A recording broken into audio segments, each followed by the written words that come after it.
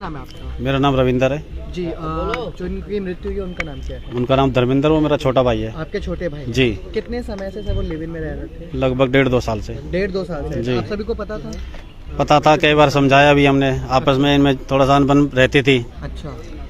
और कहता था भी हमसे, नहीं भाई ऐसा नहीं है, ऐसा नहीं है, मैं अलग कहीं किराए पे रह रहा हूँ, ऐसा कुछ नहीं है।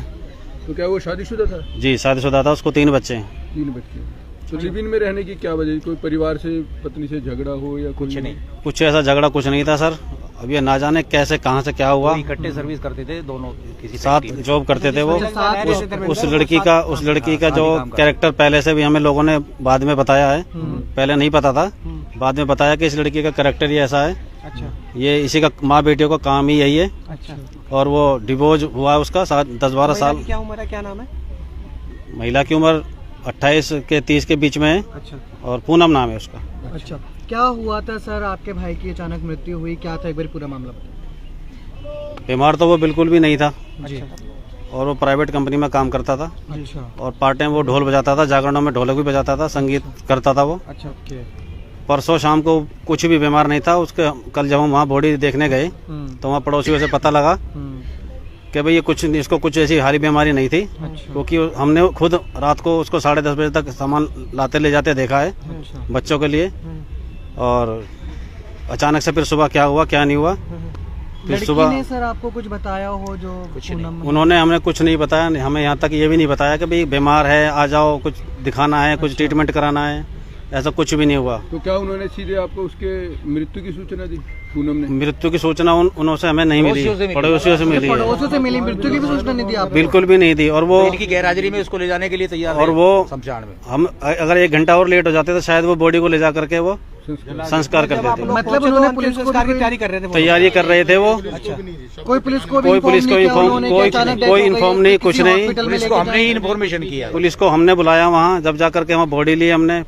और फिर पोस्टमार्टम के लिए आज आए हुए हैं। अच्छा। कल नहीं हो पाया था तो आज पोस्टमार्टम हो रहा है, तो देखते हैं क्या होता है। हम तो यही चाहेंगे कि जो भी हुआ है और उसको सजा मिले, अगर ऐसा कुछ हुआ है तो उसको। बताया ही जा रहा है कि जब आप लोग वहाँ पहुँचे उसकी बॉडी को देखने के लिए, तो वो अंतिम संस्कार की तैयारी में थे, क्या ऐसा? तैयारी कर रहे थे वो। उसके जो भाई थे, जो और भी उसके भाई थे। अच्छा। देखे नहीं है हमने। अच्छा।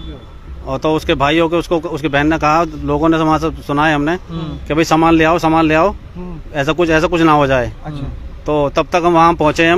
हमने वहाँ देखा, पुलिस को बुलाया, इन्फॉर्म करी, तब जाकर के हमें बॉडी दी गई। अच्छा। और अभी के हॉस्पिटल में हम। अच्छा। और पोस्टमार्टम हो रहा है। आपने पूनम से या जो उसके भाइयों से जानने की कोशिश की कि मृत्यु कैसे हुई है? हमने तो नहीं करी, पुलिस वाले मौजूद थे वहाँ। तो पुलिस वालों ने वहाँ पूछा कि भाई क्या हुआ, आप कौन हो? कि मैं इसकी पत्नी हूँ। अच्छा। और अच्छा। मृत्यु की क्या वजह बताइए? और मृत्यु की वजह पूछने पर कहा कि कुछ नहीं था, अचानक से दर्द हुआ, ये हुआ वो हुआ, हम लेके गए। और सुबह कभी तो कहती है कि मैं सुबह जगाने गई थी ड्यूटी की, तैयार हो जाओ, चाय लाई हूँ। और कभी कहती है कि दर्द हुआ था, हम डॉक्टर के लेके गए। ये दोनों तीनों बातें घुमा हर बार वो घुमा के स्टेटमेंट में कुछ ना कुछ फर्क बदलाव, हर बात में बदलाव करके बता रही है। जी। वो कहाँ पर रहते थे लिव इन में? कल्याणपुर। 3 नंबर कल्याणपुरी। 3 नंबर और आपके घर के, आप मतलब जो उनका घर था वो कहाँ पे था? N95 Bhagat Singh colony, railway road, Bhagat Singh colony जी, नंबर 5। एक बात बताएं, जब आप लोग डेड बॉडी आपने देखी, डेड बॉडी पे कोई निशान, कोई चोट का निशान? उतना चेहरा उतना नहीं था, चेहरा देख पाए बस। अच्छा। क्योंकि चेहरा उसका ढका हुआ था, पूरा ढका हुआ था, उसको हम पूरी तरह से देख नहीं पाए। हमें ये लगा कि हम उसको छुए, कुछ करें तो पुलिस बिल्कुल मना करते हैं हमें सबूत मिट सकते हैं। जी, इसीलिए हमने ज्यादा देखना नहीं चाहा। बातचीत करी हो, पुलिस ने कुछ बताया हो कि भाई वो क्या बता रहे हैं? पुलिस ने यही कहा है कि ठीक है भाई, आपकी जैसा भी है हम पोस्टमार्टम कराते हैं। आपके जो शक है, मैं की शक नहीं है, हमें पूरा यकीन है, क्योंकि औरत ने पहले भी 1-2 बार धमकी दी थी। अच्छा, क्या धमकी दी? धर्मेंद्र को, मेरे भाई को, कि ये तू मेरे पास नहीं रहे, तू मेरे पास नहीं आएगा, मुझे देखेगा नहीं तो मैं तेरे साथ ये करवा दूंगी, मैं मरवा दूंगी, मैं इल्जाम लगा दूंगी। के पास भी आते थे और घर पे भी रहते थे? जी। अच्छा।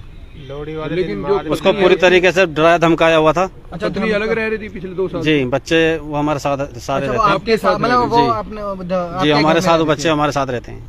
ठीक है।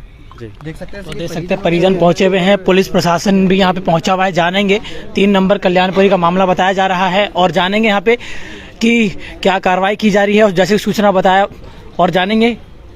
जी मनोज जी बताएंगे पूरा मामला क्या है, परिवार ने जैसे की पूरी बात बताई है।